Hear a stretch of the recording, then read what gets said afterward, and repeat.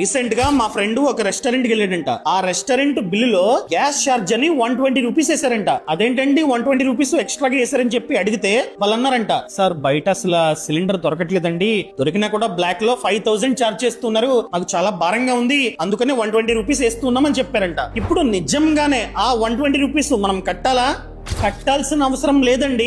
Recent గా ప్రభుత్వం కూడా చెప్తుంది, ఇలా ఎవరైనా గ్యాస్ ఛార్జ్, ఎల్పిజి ఛార్జ్ అని చెప్పి 100, 150, 200 ఇలా ఛార్జ్ చేస్తే ఒక్క రూపాయి కూడా కట్టొద్దు అని చెప్తుంది. సో మీరు అడగొచ్చు, వాళ్ళకి బర్డెన్ కదండి, ఒక్కో సిలిండర్ 5000 అంటే లాస్ కదా అని చెప్పి. కావాలంటే వాళ్ళు మెనూని మార్చుకోవచ్చు, ప్రైజెస్ ని అఫీషియల్ గా పెంచుకోవచ్చు, పెంచిన ప్రైజెస్ ని చూపించాలి మెనూలో. సో మనకి నచ్చితే తింటాం, నచ్చలేదా వెళ్ళిపోతాం.